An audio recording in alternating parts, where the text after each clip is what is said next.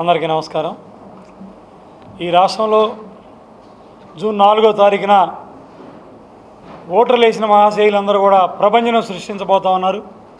Telugu Desam party 145 పైగా సీట్లలో assembly సీట్లలో మెజార్టీ ఓట్లతోటి ఈ రాష్ట్రం అధికారం చేపట్టబోతూ ఉంది.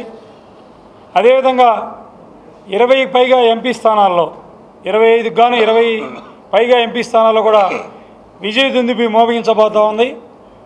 ఇవన్నీ తెలిసి వైసీపీ నాయకత్వం కావచ్చు, కేడర్ కావచ్చు, ఎన్నికలు అయిన దగ్గర నుంచి కూడా 13వ తారీఖు మే ఎన్నికలైన దగ్గర నుంచి కూడా ఇప్పటి వరకే అనేక గ్రామాల్లో అనేక ప్రాంతాల్లో విచ్చలవిడిగా ఇళ్ళకెళ్ళి ఎక్కడున్నారో దోలాడి దాడులు చేస్తూ ఉన్నారు. ఇవన్నీ పోలీస్ శాఖ కూడా చేష్టలుడిగి గతంలో ఏ విధంగా చేశారో అదేవిధంగా నిమ్మకి నీరెత్తినట్టుగా ఉన్నారు. కాబట్టి అవన్నీ కూడా చర్యలు మానుకోవాలా.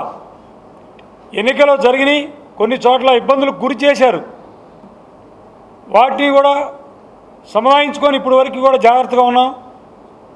ఇటువంటి 4వ తారీఖు కౌంటింగ్ రోజున ఎట్టి పరిస్థితి ఈ రాష్ట్రంలో ఎక్కడ కూడా చిన్న గొడవలు జరగకుండా చూడాల్సిన బాధ్యత డీజీపీ గారి మీద ఉంది, సిఎస్ గారి మీద ఉంది, అట్లనే ఎలక్షన్ కమిషన్ మీద కూడా ఉంది.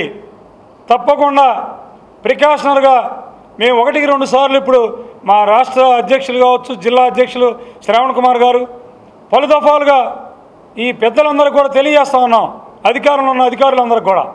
అదేవిధంగా అన్ని జిల్లాల ఎస్పీలు కూడా కట్టుదిట్టమైనటువంటి భద్రతా చర్యలు తీసుకోవాలా. అనేక ప్రాంతాల్లో ముఖ్యంగా గుంటూరు జిల్లాకు వచ్చేసరికి పల్నాడు ప్రాంతంలో అనేక దాడులు జరుగుతూ ఉన్నాయి. ఈరోజు కూడా గ్రామాల్లో ఇంకా కఠిన చర్యలు తీసుకొని అన్ని చోట్ల కూడా కేంద్ర బలగాల చేతనే ఇక్కడ కౌంటింగ్ రోజున పర్యవేక్షణ చేయాలని మేమందరం కూడా డిమాండ్ చేస్తూ ఉన్నాం. ముఖ్యంగా సిఎస్ గారిని ఎట్టి పరిస్థితిలో తక్షణమే ఆయన్ని విధుల నుంచి తప్పించాలని చీఫ్ ఎలక్షన్ కమిషనర్ గారికి కూడా తెలియజేస్తూ ఉన్నాం. కానీ తర్వాత ఆయన 6వ తారీఖు జాయిన్ కమ్మనండి, కనీసం 3 నుంచి 6 వరకు కూడా 2 నుంచి 3 రోజుల పాటు అయినా ఆయన సెలవులు అయినా పెట్టి వెళ్ళాలని మేమందరం డిమాండ్ చేస్తూ ఉన్నాం.